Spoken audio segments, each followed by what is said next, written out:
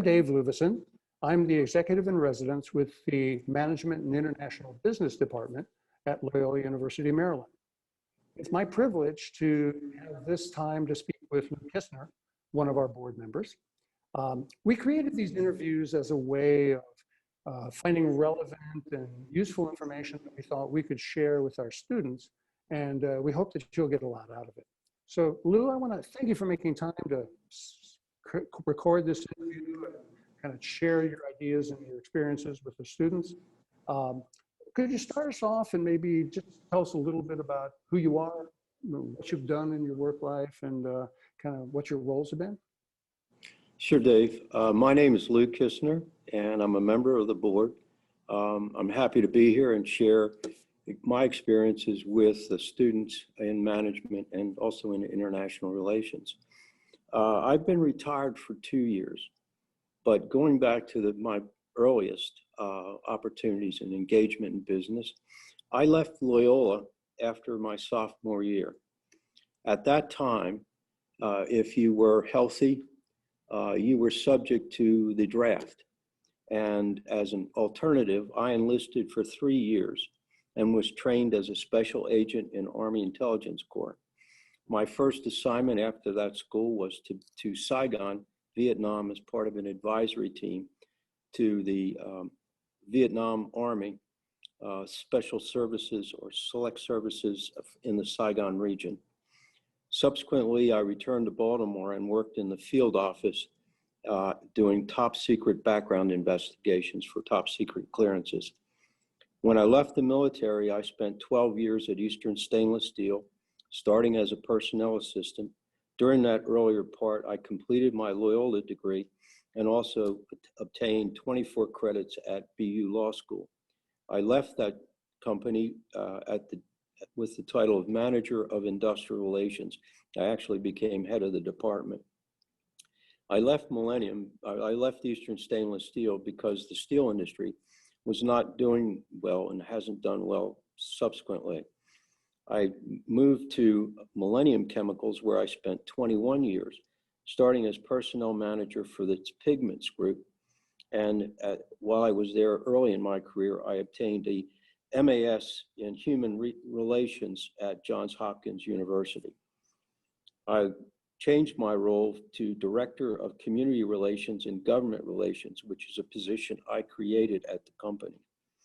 I subsequently became Director of Communications for the company with global responsibilities. And when I left the company, I was the Director of Government Relations for our parent corporation.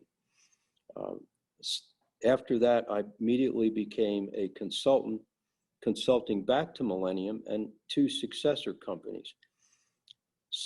Almost simultaneously, I became the Executive Director of the Maryland Industrial Technology Association, which is a small trade association.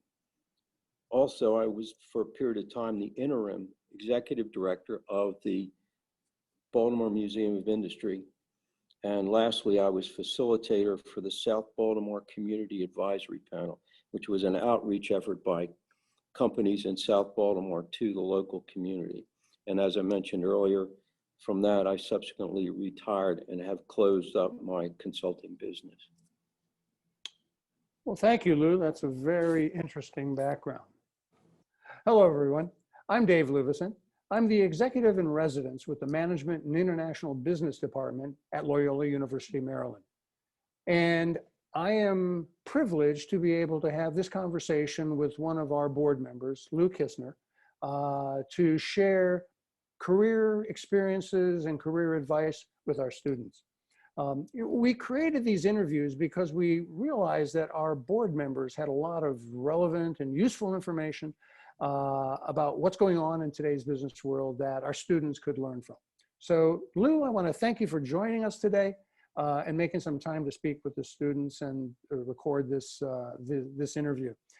Could you take just a minute and tell us a little bit about your background, kind of how you, went from various parts of your career through the rest of it? Sure, Dave.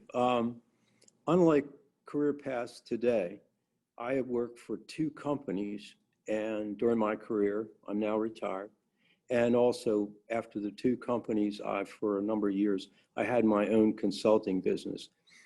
That probably is extraordinary given the circumstances for folks who are seeking a career today, where they must move more often than I had the a need to do during my career.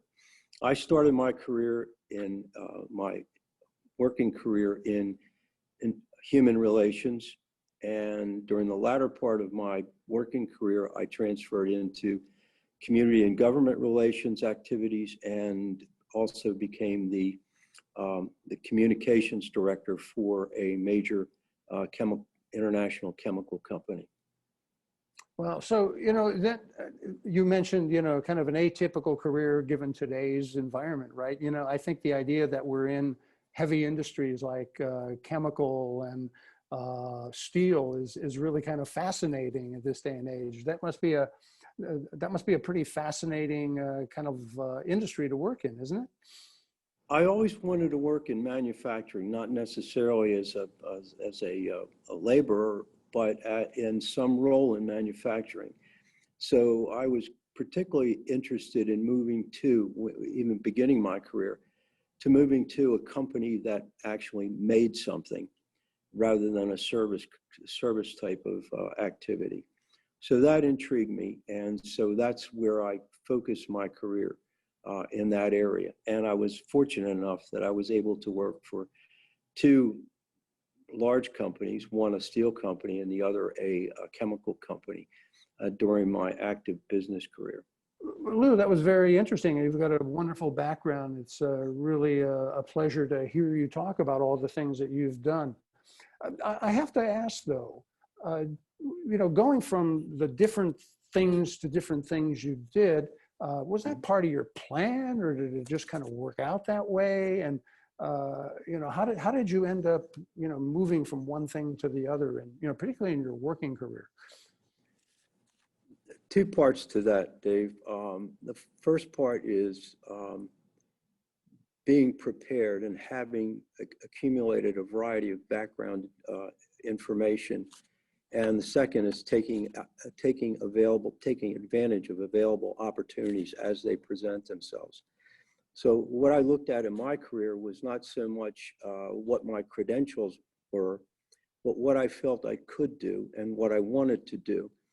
And as opportunities presented themselves, I moved towards those opportunities. Probably the biggest role change for me was changing from human relations to communications and government affairs. But those things actually have a connection in that much of my career in HR had to do with dealing with unions. And so the skills that I obtained and used in those interactions helped me substantially as I moved from one role to another in my business career. So it sounds like building, as your career goes is an important aspect. I mean, you couldn't have anticipated all those changes. And it sounds like it was more a matter of how you could take advantage of what you learned and then took it to the next level. Is that a fair statement? Yeah, it is. It is. And my sense was not being stagnant in looking at my career, where I could have stayed in the human resources area for my entire career. But I found that the company, as I learned more about the company and interacted internally in the company, I found that the company needed things that I felt personally I could provide, which were not in my principal role then as a manager in human resources. So that gave me the opportunity to look at other things and consider what I felt I could do and then what I wanted to do beneficially for me in my career, but also beneficially for the company. That's interesting. So one of the things that I think our students often feel is, this idea of the riskiness of, well, I'm doing this and now I'm going to do something different. And how do I do it? Did you ever feel any kind of trepidation about moving from like HR to communications? I mean, they can build on one another, but they are different, right? And I think our students are going to face that a lot in their careers. How did you deal with it just as a, just as Lou. Well, for me, it was excitement because it gave me an opportunity to do things that I hadn't done before. And also the excitement of being in increasingly critical roles in the company. I mean, at one point in my career, I worked virtually almost daily with the president of the company, although I reported to one of his immediate subordinates and not to him. So I worked with the most senior executives. I interacted with we were purchased for 10 years by a major British conglomerate, and I worked closely with them as well, coordinating activities, principally in the area of communication. So it gave me opportunities to do some really interesting things over the years. So I was always, I guess in my view, I was always looking forward rather than saying, well, this is where I should stop. It was kind of like, well, how can I add value to what I'm doing now? How can I make it more useful to the company and also more interesting for myself as I move forward? So without a background in communications, I was happy to be the director of communications because I was not burdened by having limited to whatever credentials and learning in communications I didn't have. It gave me a wide open field to do whatever I felt was useful and helpful to the company. So was that the most important thing you think you learned in the flexibility and the challenge? Or, if you were to kind of share what you thought was, the most important thing you learned in the course of your career, what would you say it would be? I felt I was always learning. So it wasn't a kind of you get to a place and stop. It was always kind of keeping the field in front of you open for exploration.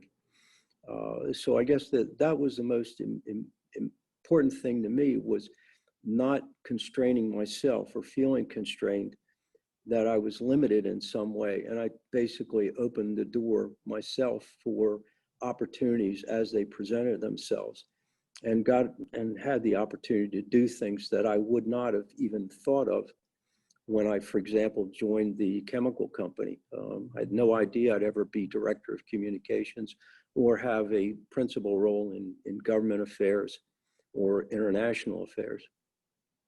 That's wonderful. I think, obviously as a university, learning is fundamental, I should say, to what we do, but the fact that it doesn't stop and, how we can actually utilize it in, our life and our careers is really, I think you exemplify that very well, Lou.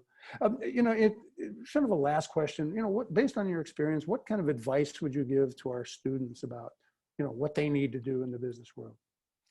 Fundamentally, I think the students should find their own career path, and obviously to the extent they can define for themselves what their career path should be and would be. They shouldn't be limited to what their formal credentials are, but what you can do and what you feel you can do. Okay, that's good. That's great. Well, hopefully they kind of get a sense that from your background, limitations certainly don't need to get in anyone's way. You've managed to knock down a number of them in your career, Lou, and I think that's wonderful. Thank you for sharing all that information with us. I know our students will find it valuable. Okay, so, happy to do it. And I'm sorry. Provide any other information to the students if any specifics are requested. Wonderful. Thank you very much for joining us, Lou. Okay. Thank you.